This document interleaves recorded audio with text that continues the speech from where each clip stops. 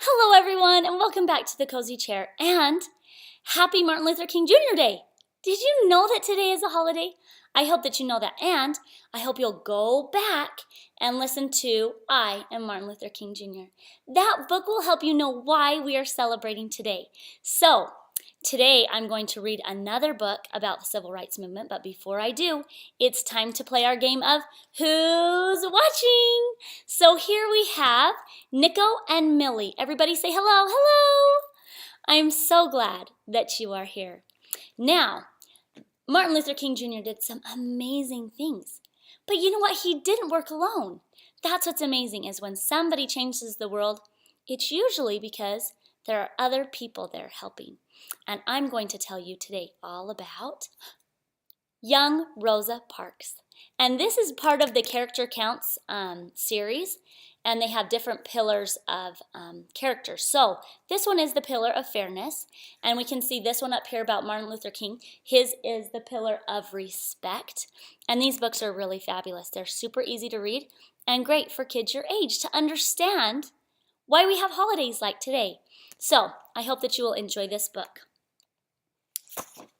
Rosa was born on February 4th, 1913. No one knew then that she would one day change the history of America. Rosa lived with her mother, brother, and grandparents in Alabama. When Rosa was growing up, black people did not have the same rights as white people.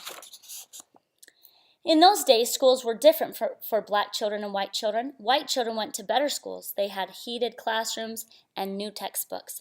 Black children went to school in run-down buildings. They had no heat, no desks, and few books. Does that seem fair to you? It doesn't seem fair to me. Black children went to school for part of the year. During the rest of the year, they worked in the fields to help their families. Rosa's grandparents lived on a farm. Rosa and her brother were lucky to have enough food to eat, but sometimes they were sad.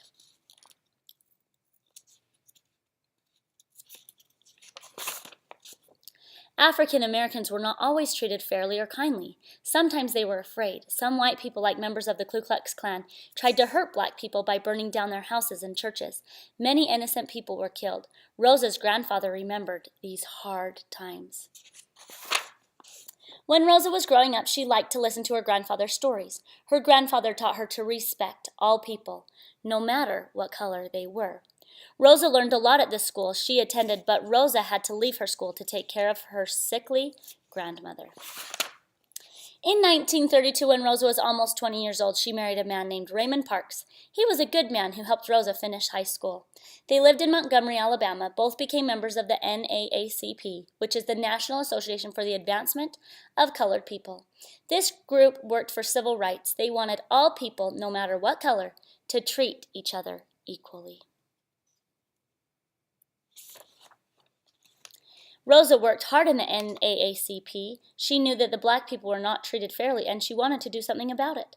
On December 1st, 1955, Rosa made a very important decision. She would take the first step to change things. There's always a first step, right?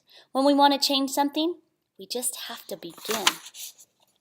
On that day, Rosa left for work feeling tired. She left work feeling tired. She had worked many hours sewing at her job in a department store. Rosa got on a bus and took a seat. Black people were not allowed to sit in the front of the bus. They had to sit in the back. This was segregation. It was the law in Montgomery and many other parts of the South. The bus began to fill up. Soon there were no seats left. The bus driver told Rosa and some other black people to give up their seats for the white people.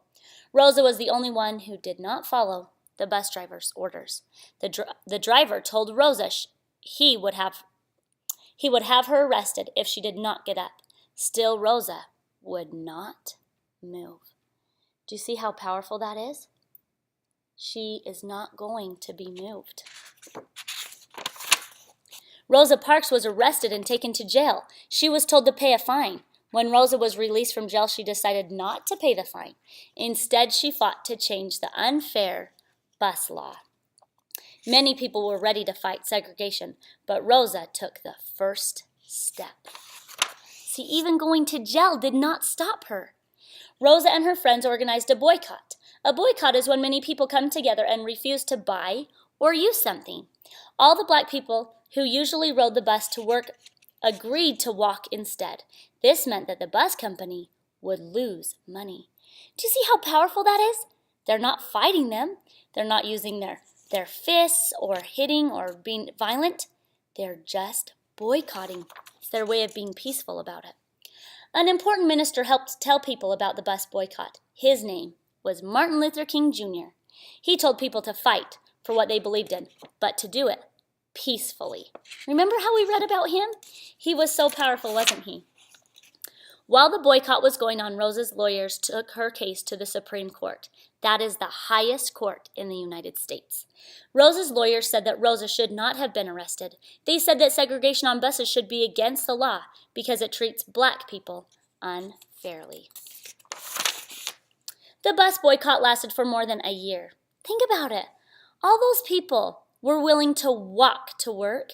Some of them walked miles and miles. All of them were willing to do that instead of fighting, and it worked. Then on December 20th, 1956, the city of Montgomery got an order from the Supreme Court. Buses could no longer be segregated. This was a great victory, but many restaurants, stores, and even hospitals were still not open to African Americans. It took many years and many battles to end segregation. Rosa Parks worked hard for the civil rights movement. She earned many honors and awards for all that she did, but one right stands before them all: the right to be treated fairly and with respect. I hope that you liked that book, and I really like these character counts books. You can go find them at the library, or they're really cheap through the Scholastic Book Order, and they have a lot of them. They have George Washington and Abraham Lincoln, Rosa Parks, Martin Luther King Jr., and many, many more. Oh, and Jackie Robinson. So I hope you'll come right back. We are going to read about Jackie Robinson and the amazing baseball player that he was. Thanks so much for coming, and I hope to see you soon. Goodbye.